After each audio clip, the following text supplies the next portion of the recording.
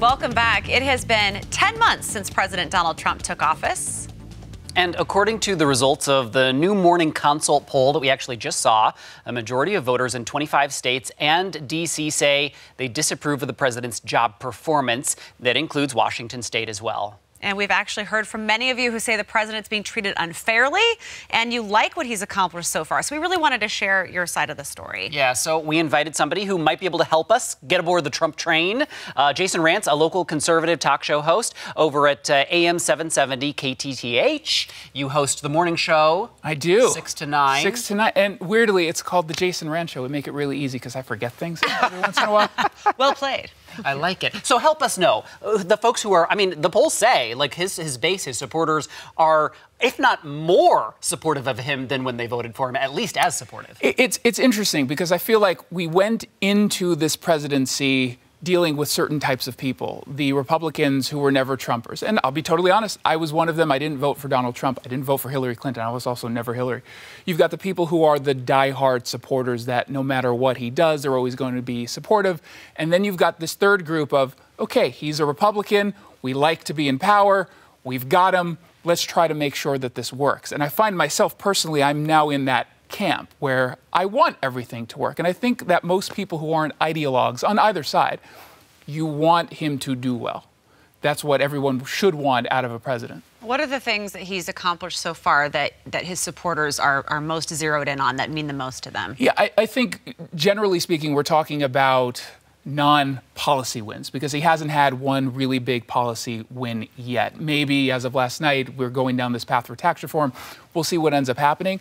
I think what's clear is the economy is doing really well. Every single morning we are waking up and I'm hearing the news talk about how we've just hit another record high with the stock market. Obviously, unemployment is really low. And the perception is that the economy is much stronger than it used to be. And it's clearly a little bit more strong than it was, but it's interesting during the election when you went into certain states like Michigan and Wisconsin, where people were complaining about the economy. You look at the economy of those states, there was actually pretty good and employment was reasonably low. The perception was that it was bad. The perception now is that it's good. It's clear that the markets are not being spooked by the tweets of President Trump. We're not getting freaked out on that regard. So that's a plus. The other thing is you've got a lot of judges that are being appointed and approved, not just nominated, but also approved by the Trump administration and Republicans in general. We're not really talking about that, but that is a win from the conservative perspective. And then just the social culture wars. We're seeing President Trump win on the NFL controversy. There's no doubt that the American people are generally in favor of what the president is standing up for. They might appreciate some of the issues that individual players are trying to bring attention to, but they also don't think it's necessarily appropriate to do it during the national anthem. And he's speaking out on that side, on a point where fans are with him. And I think that you look at that and generally say, okay, he's saying something that I'd like to say and I wish more people would say. Are the base, is the base distracted? Or what do they think of the tweets? I mean, the media is clearly like bananas for his Twitter feed. But are his supporters, do they care? I think generally speaking, they'll say, we like the fact that he's saying things that need to be said. Others will say, I wish he wouldn't do that. I'm kind of in that middle of the road sort of position of some of the tweets are not all that bad and we pretend that they're the worst things in the history of the world. And we say, well, President Obama didn't do it. Historically, people don't use Twitter for that. Well, historically, the presidency has not really dealt with Twitter. We've got really two presidents who have decided to sort of lean in to how you use social media, and he's just doing it a different way. Personally, I wish he would stop using it in the ways he's currently doing it, but people will come back and tell me he wants it like this because now you're not talking about all of these other issues. He's taking the media focus away from, for example, the judges that get nominated. Do they have any critiques? Do his supporters have any critiques of the job he's done so far? Yeah, I mean, if you're talking about the hardcore supporters, not really. I think for the most part, after Charlottesville, I think most people, including his supporters, felt that he could have handled it a little bit differently, certainly the day of and the day after. But beyond that, if we're talking about ideologues, and this is the case for Republican ideologues and Democratic ideologues, they don't really critique all that much because they will be blindly loyal to whatever side it is. If you're talking about the people in the middle, which I think is virtually the vast majority of people that we're talking to today, they will critique some of the tonal issues. They'll critique some of the very specific policy prescriptions.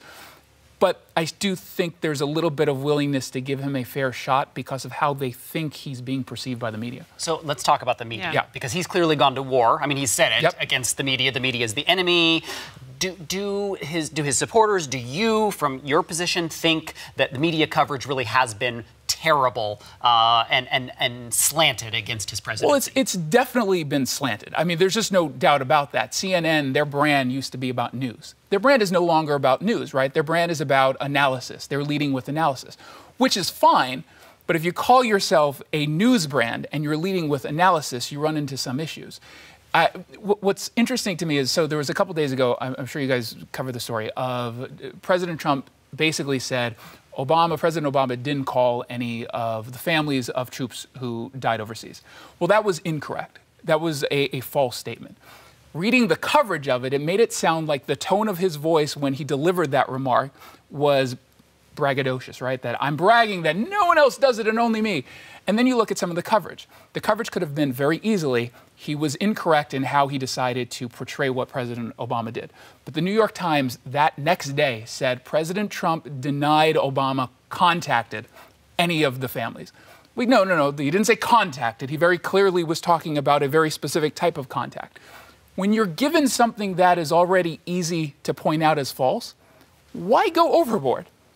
Why can't you help yourself? Why can't you just rein it in just a little bit and just treat it fairly like you would anybody else who either misspeaks or lies?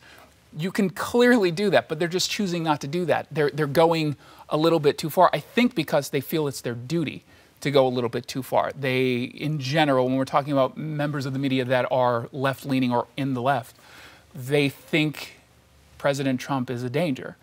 And so they feel a moral obligation to maybe go a little bit too far, to treat him a little bit unfairly because they think it serves the greater good. And you know, to them it does. I'm not going to dismiss their personal feelings, but that's how they feel, and they're paying for it in a lot of ways, though. Yeah, and the conversation just continues on social media and beyond, and it'll be interesting to see what happens over the next several years. Oh, I'm so tired already. I know. Jason Rantz, thank you so much. You can check him out weekdays 6 to 9 a.m. on AM 770 KTTH.